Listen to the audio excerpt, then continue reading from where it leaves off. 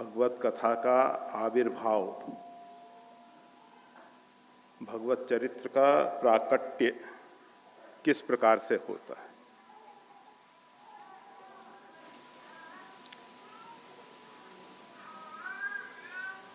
आदि शक्ति भगवती पराम्बा पार्वती जी प्रश्न करती हैं और भगवान शंकर उस संदर्भ में उनके प्रश्न का समाधान करते हैं। भगवत नाम की महिमा, ये भगवत नाम रूप लीला धाम चतुष्टय जो है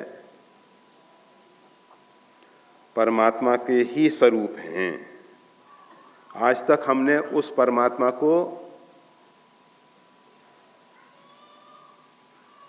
परमात्मा के रूप में नहीं देखा है। परमात्मा तो कृपा करते हैं, बहुत दयालु हैं, समय समय पे हम सबके बीच में प्रकट होते रहते हैं, आते रहते हैं। परंतु विमूढ़ा नानु पश्यन्ति पश्यन्ति ज्ञान चक्षुष, जो विशेष मूढ़ हैं, एक तो मूढ़ लागे रचे मूढ़ सोई रचना, रामचरितमानस में आया।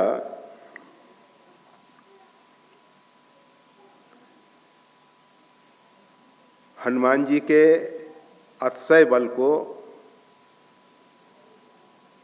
मेघनाद ने अनुभव किया, लंका वासियों ने सुना, कुछ ने देखा, और देखने के बाद भी हनुमान जी की पूंछ में आग लगाने की चेष्टा की जा रही। जरा विचार करें, हनुमान जी में इतना बल है, मेघनाद जैसा योद्धा जो इंद्रजीत कहलाता था, अर्थात इंद्र पे उसने विजय पाई थी, देवराज इंद्र पे, देवताओं के राजा इंद्र पे जो विजय पा सकता है, उसको पराजित करने वाले, उसकी शक्ति को कुंठित करने वाले श्री आंजनेय, श्री हनुमान जी महाराज, और उनका अनिष्ट करने की चेष्टा कर रहे हैं लंकावासी रावण की प्रेरणा से। तो गोस्वामी तुलसीदास जी कहते हैं, लागे रचे मूढ़ सोई रचना। ये मूर्खता पूर्वक कार्य कर रहे हैं। प्रत्यक्ष देखा जा रहा है कि हनुमान जी महाराज अगर थोड़ा सा भी बल का प्रयोग कर देंगे तो रावण और रावण का जितना भी परिवार है वो सब नष्ट हो सकता है, अर्थात पूरी लंका जो है ध्वंस हो सकती है। तो मूढ़ व्यक्ति अपने विनाश को नहीं देखता, और जो विमूढ़ हैं,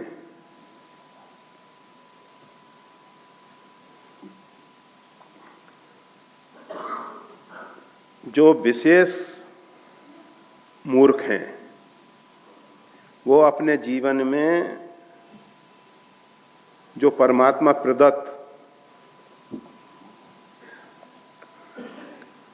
हमको ये दिव्य शरीर मिला है,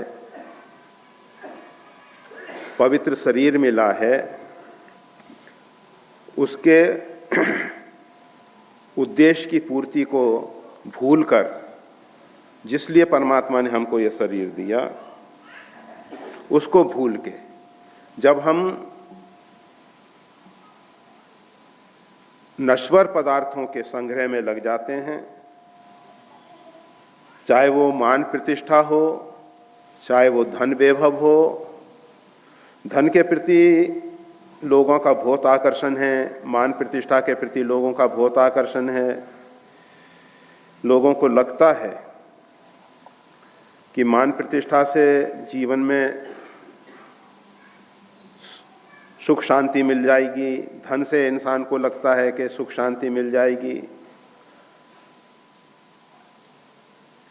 और जितने भी संसार के भोग हैं उनके पीछे हम सब किस लिए दौड़ रहे हैं, किस लिए दौड़ रहे हैं?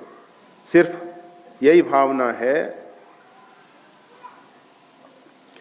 कि उनसे हमको सुख शांति मिलेगी। परंतु प्रत्यक्ष देखा जाता है कि आज तक धन से किसी को सुख शांति नहीं मिली, पद से किसी को सुख शांति नहीं मिली। सुख शांति तो केवल परमात्मा के नाम रूप लीला धाम में लग जाने मात्र से ही है।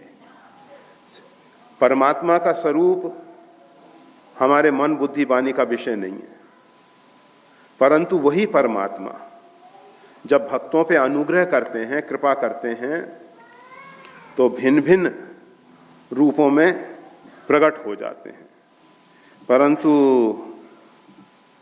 जो कहा जा रहा था विमूढ़ा नानुपश्यन्ति, उन परमात्मा को विमूढ़ नहीं देख पाते। कौन देख पाता है? जिसको ज्ञान रूपी नेत्र भगवान ने कृपा करके दिए। तो ये ज्ञान रूपी नेत्र कहां से प्राप्त होंगे? अर्जुन को तो भगवान ने सीधे सीधे कृपा करके ज्ञान रूपी नेत्र दे दिए। हम सबके लिए भगवान ने एक व्यवस्था दी है, राम कथा। राम कथा के द्वारा, परमात्मा के मधुर मंगलमय चरित्र के द्वारा हमको वो ज्ञान चक्षु मिलने वाले हैं। हमारे जो ज्ञान चक्षु छिपे हुए हैं, ढके हुए हैं, बंद हैं, वो राम कथा से खुल जाते हैं। अगर कोई व्यक्ति सही ढंग से भगवत नाम, भगवत चरित्र का अवलंब ले ले। पहले ही कहा गया रूप के विषय में हम उस परमात्मा के रूप के विषय में अनभिज्ञ हैं, और परमात्मा जो हैं वो भी ऐसे कौतुकी हैं, नटवर बहू, कि जब कभी प्रकट होते हैं। बहुत से भाग्यशाली व्यक्ति ऐसे हैं जिनके जीवन में परमात्मा यदा कदा दर्शन दे देते हैं, और वो व्यक्ति उस समय इतना मूढ़ हो जाता है कि भगवान की बिल्कुल सुलभ बात को भी नहीं समझ पाता। बाद में उसको लगता है कि ओ, ये और कोई नहीं थे, ये तो भगवान थे। उस समय नहीं पहचान पाता। परंतु श्री राम कथा जो है और भगवत नाम जो है, ये हम सबको वो समझ दे देते हैं, वो बुद्धि दे देते हैं, जिससे हम परमात्मा को पहचान सकते हैं, परमात्मा को जान सकते हैं। और जब तक परमात्मा को नहीं जाना जाएगा, जाने बिन न होई प्रतीति, बिन प्रतीत होई नहीं प्रीति, और प्रीत बिना नहीं भक्ति दृढ़ाई। ये जो हम भक्ति की चर्चा किया करते हैं, भक्ति के विषय में हमारा बहुत संतों के द्वारा सुन सुन के मन में एक भाव पैदा हुआ कि भगवान की भक्ति पानी चाहिए। तो वो भक्ति कैसे प्राप्त हो? संत महापुरुष तो बहुत आपको प्रेरणा देते रहते हैं कि भाई इस प्रकार से प्रातःकाल ब्रह्म मुहूर्त में उठ जाओ, और उठ जाने के बाद भगवत ध्यान करो, भगवत नाम जप करो, मंत्र अनुष्ठान विधियां बता दी गई हैं, उनका जप करो, भगवान का विग्रह, लाल जी का विग्रह रख लो, शालिग्राम भगवान रख लो, शिवलिंग रख लो, उनका अभिषेक पूजन इत्यादि करो, भगवत चरित्र सुनो, आदि आदि। परंतु रामचरितमानस में स्पष्ट कर दिया गया, महाराज मनु के द्वारा, ये सब कार्य जो अभी बताए गए। महाराज मनु ब्रह्म मुहूर्त में उठते हैं, ब्रह्म मुहूर्त में उठने के बाद भगवान का ध्यान करते हैं, जप अनुष्ठान करते हैं, भगवान के श्री विग्रह का पूजन अर्चन करते हैं, भगवत कथा सुनते हैं और अपने कर्तव्य का पालन करते हैं, अर्थात राजकाज सुव्यवस्थित रूप में चलाते हैं।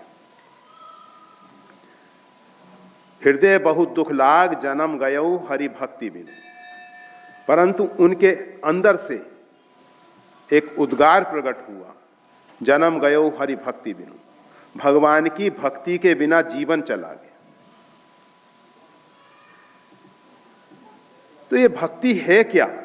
वैसे नारद भक्ति सूत्र, सांडिल्य भक्ति सूत्र, अंग्रा भक्ति सूत्र, इन सब भक्ति सूत्रों में भक्ति की बहुत बहुत व्याख्या की गई है, अथा तो भक्ति व्याख्यायाम। फिर भी भक्ति के विषय में समझना बहुत बहुत कठिन है, क्योंकि जब तक हम उस परमात्मा को नहीं जानते तब तक उसकी भक्ति नहीं की जा सकती। अगर भक्ति की जा रही है परमात्मा को बिना जाने, तो वो भक्ति का दंभ होगा, आडंबर होगा। और हम सब में अधिकांश, हम अपनी बात तो दावे के साथ कह सकते हैं कि हम तो दंभी हैं, और जो व्यक्ति स्वयं दंभी होता है तो वो लोगों को भी दंभी समझता है। तो हम ऐसा समझते हैं कि अधिकांश लोग जो हैं भक्ति के नाम पे दंभ कर रहे हैं। अगर महाराज मनु जो हैं इस प्रकार की दिनचर्या व्यतीत करते हुए हृदय बहुत दुख ला, उनके हृदय में बहुत दुख हुआ कि जन्म गयो हरि भक्ति बिन, भगवान की भक्ति के बिना जीवन जो है निरर्थक चला जा रहा है, निरर्थक चला जा रहा है। तो वो भक्ति है क्या? उस भक्ति के विषय में जानने से पूर्व हमको उस परमात्मा के विषय में जानना होगा जिसकी हमको भक्ति करनी है। भक्ति होती है परमात्मा के साथ जोड़ने की विधि। भक्ति का स्वरूप क्या है? जो परमात्मा के साथ हमको जोड़ दे, चाहे वो स तस्मिन परम प्रेम रूपा हो, सा परानुरक्ति हो। सांडिल्य, महर्षि सांडिल्य परा अनुरक्ति को भक्ति का स्वरूप बताते हैं, महर्षि नारद परम प्रेम को भक्ति का रूप बताते हैं। भक्ति है परमात्मा के साथ जोड़ने की कला, विधि, पद्धति, जो कुछ भी आप कहें। तो भक्ति जीव को परमात्मा के साथ जोड़ती है। तो सबसे पहले हमको उस परमात्मा के विषय में जानना होगा कि परमात्मा क्या है, कैसे हैं। उस विषय में राम कथा जो है परमात्मा के स्वरूप का बोध कराती है। पार्वती जी ने जो प्रश्न किया है उसमें सबसे पहला प्रश्न यही है कि जो अगुण अखंड अनंत परमात्मा है, जो निर्गुण निराकार परमात्मा है, जो सर्वत्र परिपूर्ण रहने वाला परमात्मा है, वो किस कारण से अवतार लेता है, किस कारण से सगुण साकार रूप में आता है। परमात्मा तो सब जगह परिपूर्ण है, उसको क्या ऐसी आवश्यकता पड़ती है कि वो एक सीमित दायरे में एक विशेष रूप आकृति को लेके नन्हा मुन्ना बालक बन जाए? ऐसी कौन सी आवश्यकता है उस परमात्मा को? कौन उसको विवश करता है? तो ये राम कथा जो है, रामचरित्र जो है, उस परमात्मा के विषय में हमको बोध कराता है कि परमात्मा विभू है। परमात्मा के 5 स्वरूप संतों ने स्वीकार किए। परमात्मा के वैसे असंख्य अनंत स्वरूप हैं। परमात्मा हमारी इस बुद्धि में, इस खोपड़ी में नहीं समा पाते। हमारी बुद्धि बहुत तुच्छ है। वो परमात्मा बहुत विराट है, बहुत विराट है, बहुत व्यापक। तो ऐसे जो परमात्मा है वो हमारे बुद्धि का विषय कैसे बनते हैं। जिस परमात्मा के असंख्य अनंत नाम हैं, वो राम नाम को कैसे स्वीकार करते हैं। जिस राम नाम की इतनी महिमा कही जाती है, वैसे तो भगवान के जपी प्रभु के नाम अनेका, श्रुति कहें अधिक एकते एका, वेदों में भगवान के असंख्य नामों का वर्णन है। उसमें से वेदों का सार ओम, ओंकार, प्रणव कहा जाता है। उसकी व्याख्या करते हुए संत महापुरुष बता देते हैं कि ओम जो है, प्रणव जो है, अ उ म अर्थात तीन जो विशेष ध्वनियों के प्राण हैं। जितनी भी ध्वनियाँ हमारे यहाँ सृष्टि का जो विस्तार हुआ है, ऋग्वेद में ऐसा कहा गया है कि एक बार केवल अंधकार ही अंधकार था, शून्य था, जिसको हम सब आकाश कहते हैं, और कुछ वहां नहीं था। उसमें सबसे पहले ध्वनि, आकाश से ध्वनि, शब्द, अक्षर ब्रह्म प्रकट हुआ, और उस अक्षर ब्रह्म से फिर धीरे धीरे विस्तार होते होते ये असंख्य जो तारे दिखाई दे रहे हैं,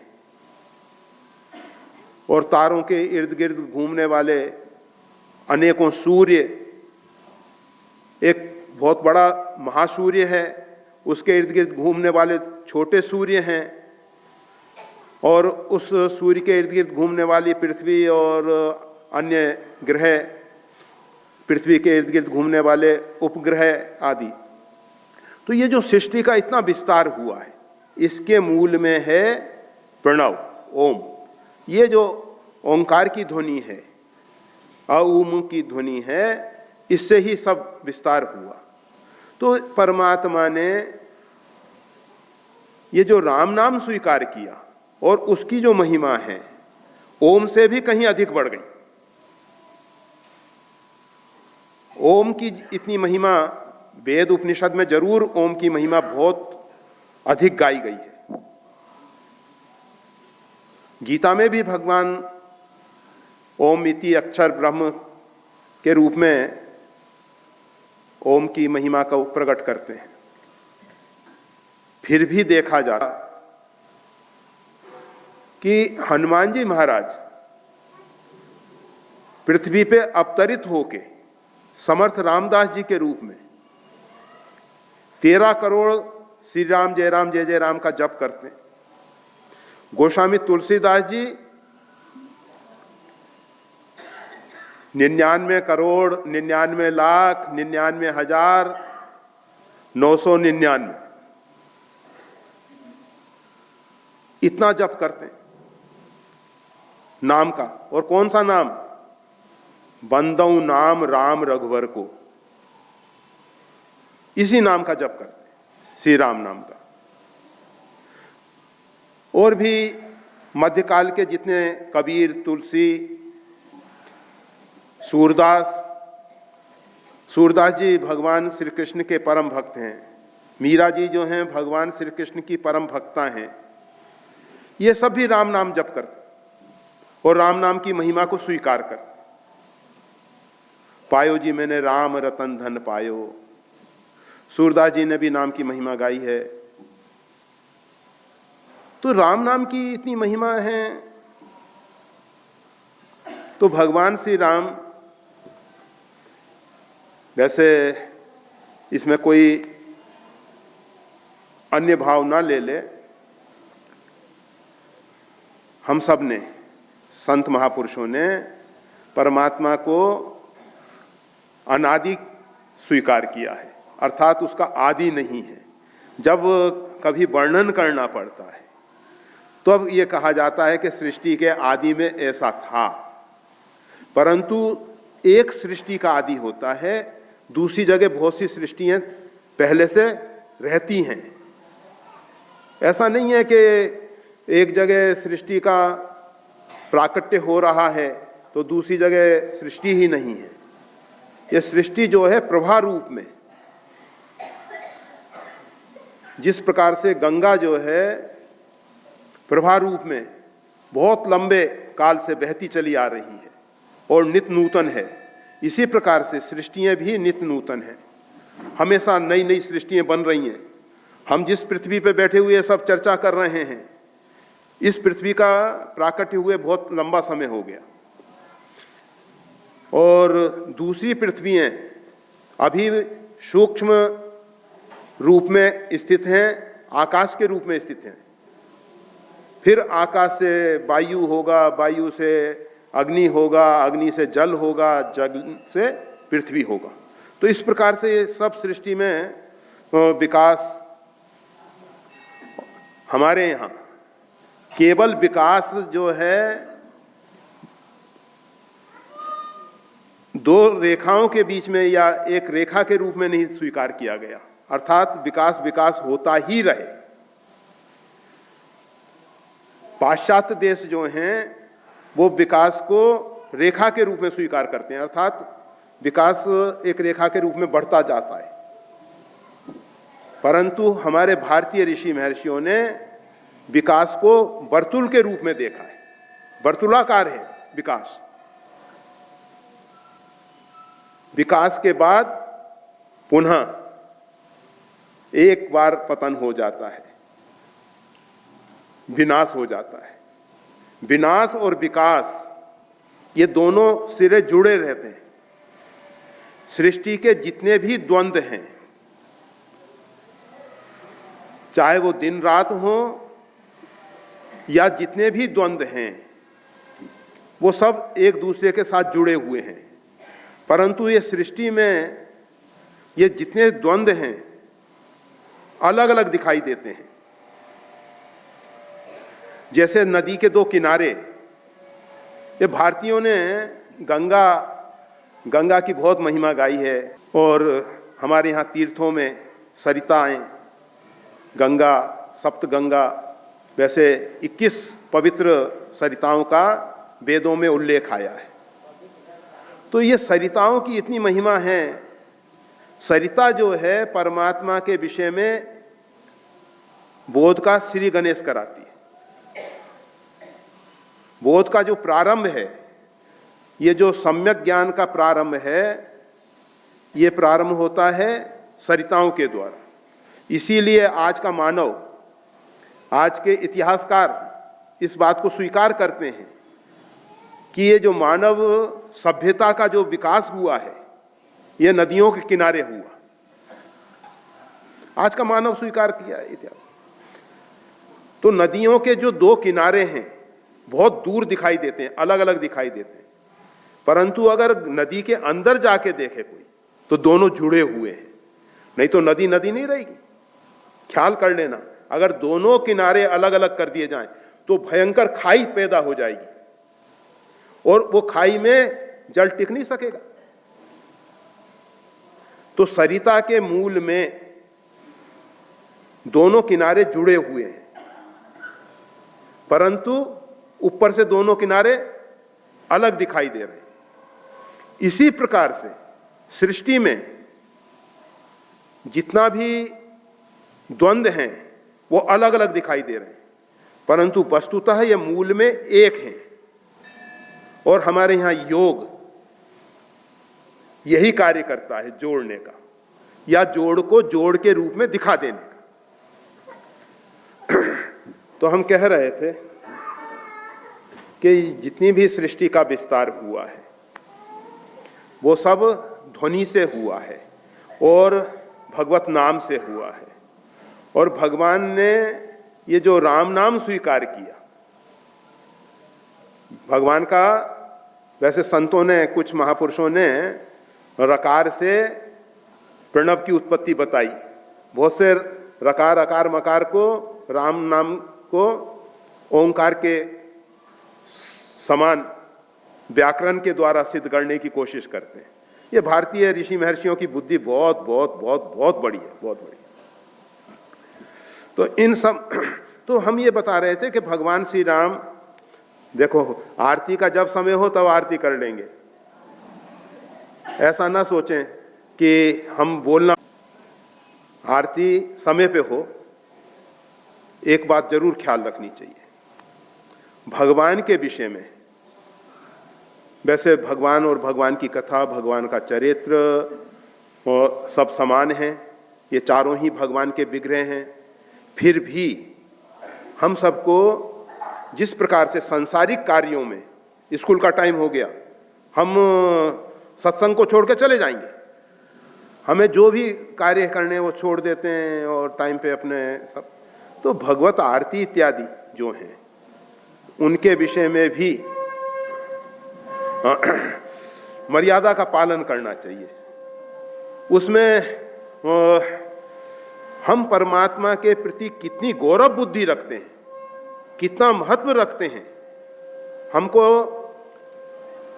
आरती का अर्थ सिर्फ आरती ही नहीं है, आरती समय पे करने से, बहुत से लोग तो कहते हैं कि यंत्र बन जाते हैं हम सब, परंतु वो यंत्र बनना भी अच्छा है। हम परमात्मा के लिए यंत्र बन रहे हैं। अगर हम संसार के लिए यंत्र बनते हैं तो हमारा जीवन में दुख, अशांति, चिंता, भय, उद्वेग पैदा होते हैं। अगर हम परमात्मा के लिए यंत्र बनते हैं तो हमारे जीवन में सुख, शांति, समृद्धि सब कुछ आने लग जाती है। ये हमारे जीवन में जो अशांति पैदा हो रही है, हर एक इंसान चाहता तो ये है कि चिंताओं से मुक्त हों, परंतु कोई भी व्यक्ति जो चिंताओं से मुक्त होने की कोशिश कर रहे हैं वो सबसे ज्यादा चिंता में है। चिंता को मिटाने के लिए जो चिंता है वो भयंकर चिंता है, भयंकर चिंता है। इससे बचना कठिन है, कठिन है, क्योंकि इसके मूल में ये चिंता जो है अहंकार से पैदा होती है। जब तक अहंकार है तब तक चिंता रहेगी ही, और जिस क्षण आपका अहंकार मिट गया, अहंकार तो बहुत देर में मिटेगा, परंतु अगर आपके जीवन में वो क्षण आ जाए कि आपके अंदर से कर्तृत्व भाव मिट जाए, मैं करता हूं, ये भाव निकल जाए, उसी क्षण आपको शांति मिल जाएगी। आरती शुरू होने वाली है तो हम सब आरती में चलें। श्री राम, जय जय राम।